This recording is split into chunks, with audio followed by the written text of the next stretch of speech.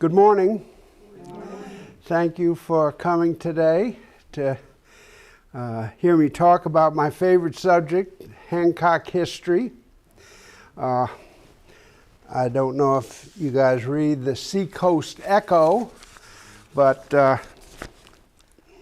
in every week we have a column in the Seacoast Echo called Hancock History. And one of the subjects that we published in the Seacoast Echo was the history of Pearlington. And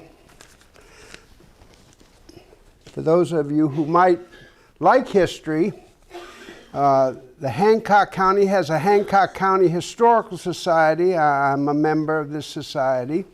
And we publish a newsletter every month with a subject of interest. For example, in March of 2021, we had a short history of antebellum Pearlington.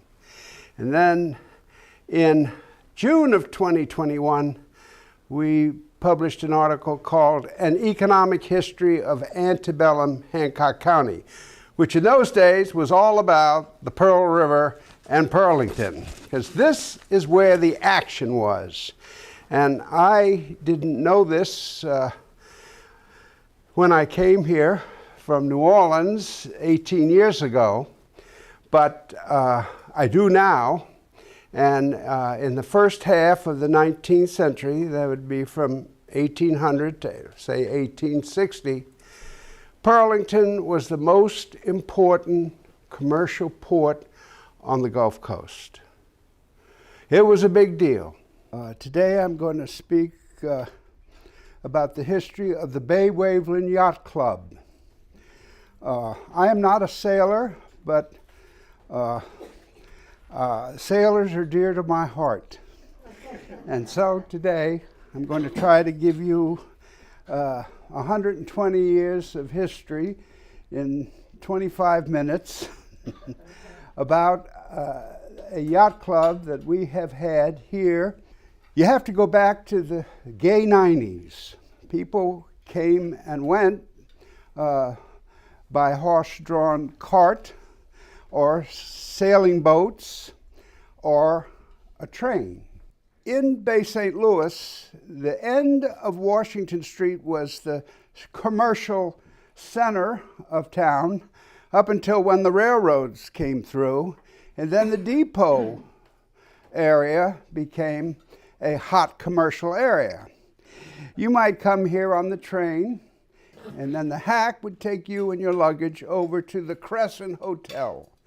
And the Crescent Hotel was a magnificent, lovely hotel that was located right where now the corner of Court Street and Front Street or Beach Boulevard was. And you would have a lovely vacation, and you would get the pleasure of the sea breezes, and you might sail for fun. The people who lived here, either full-time or part-time, they had sailing parties, and they loved to go out. They had boats that were called sloops or schooners. A sloop has one mast, a schooner has two masts. The sloop might be a little more for recreation and racing. The schooner would be the kind of thing you might haul freight in or go from your dock or pier in front of your beach house to New Orleans or up and down the coast. My name is Billy Boy Dillon, and I was a mean, badass dude. Actually, I was a criminal. And I came from New York City, where a lot of criminals live, even today. And I came over here because I was getting into trouble, and the heat was on. So I came to a little town on the Gulf Coast called Pascagoula. And this is about the year 1942. Well, I suffered from an obsession, a perversion.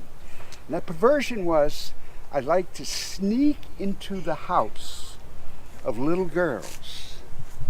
And in those days, there was no air conditioning. So the windows were open, but they had a screen over the window. But the Phantom Barber of Pascagoula had a scissors. So I would cut the screen, creep into the house, find the little girl, cut a lock of her hair off without waking her, and creep out. Well, you can imagine that first victim. She woke up in the morning and looked in the mirror and was panicked. And then she saw the screen and figured out how I got in. She didn't know who I was, of course. Well, this got the neighborhood all upset, but everybody said, well, a solitary event, no big deal. She didn't get hurt.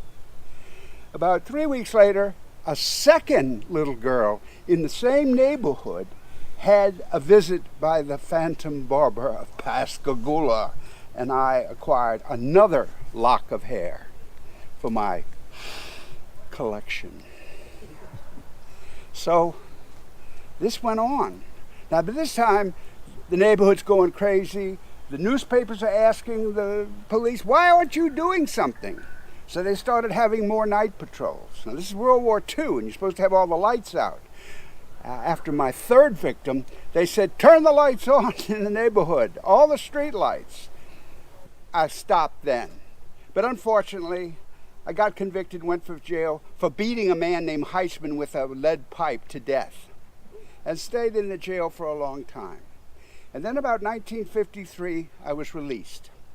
And I came home here to Bay St. Louis, where I had family. But one day I disappeared. And the family and friends, the sheriff brought the body in because I was a missing person. And they said, that's him, that's him. So they buried me in a grave nearby. And that was it for Billy Boy Dolan. Except a week later, the FBI sent the sheriff a letter saying the fingerprints of that corpse you sent us was not William Dolan, the supposed Phantom Barber of Pascagoula. Where is he? We don't know. We don't know who I am. But if you would like to hear more of my story and visit with me further, tonight at midnight, when it's dark, come on down and I'll tell you what you want to hear. And if you want, I'll give you a little haircut. Ahoy, mates! I'm Captain Billy Boardman. I'm the best darn steamboat captain in the United States of America. I was born around 1840, brother, and I died in 1895. That was called the steamboat era in our country. Steamboats were big, very important. This country would not have gotten settled in the 19th century if it wasn't for steamboats. Now you say why? Because there was no way that we could gracefully move a whole lot of people and cargo upriver.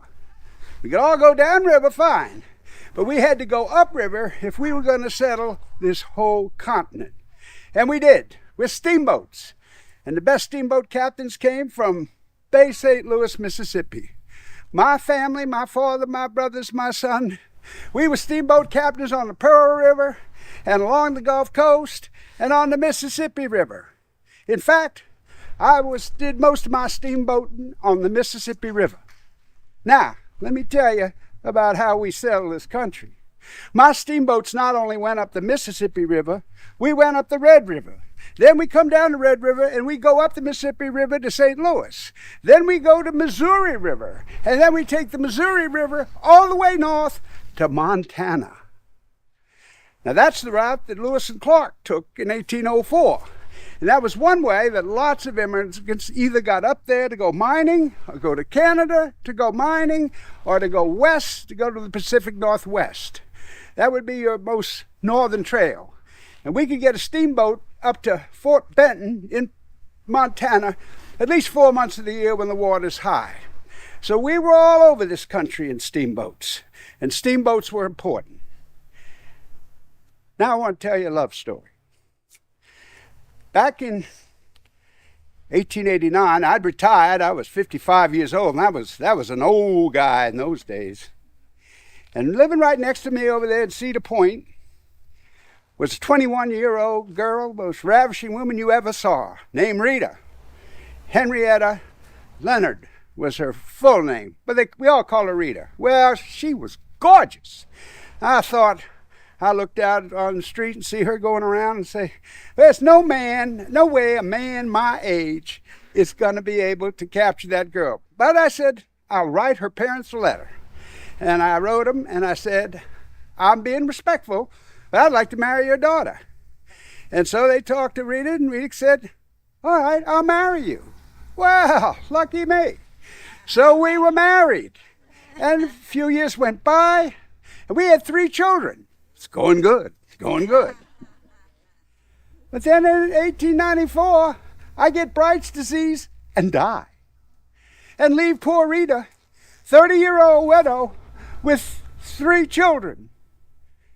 Well, Rita was an ambitious woman. And she had a few resources now. So she was looking down the street the way I was looking down the street about 4 or 5 years ago. You know, that was Beach Boulevard. And there was this young 24-year-old boy named Charles Alfred Breath Sr. And he lived over there.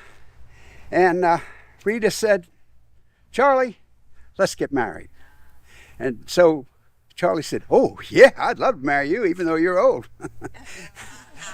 So Rita goes back to her mother and says, I want to marry that young fella, Charles Breath, who lives down the street. And her mother says, well, he's kind of young, isn't he? And Rita said, Mom, like Daddy the fisherman says, if they're big enough to bite, they're big enough to fry. So they were married 40 years, and they had 3 or 4 children and a happy marriage. In fact, it was so happy that she's not buried next to me. That's my grave here. She and Charles are married way over there. But I figured since she had 40 years over my 4, I guess that's fair. Sometimes at night, I go over and visit with them. They're nice people.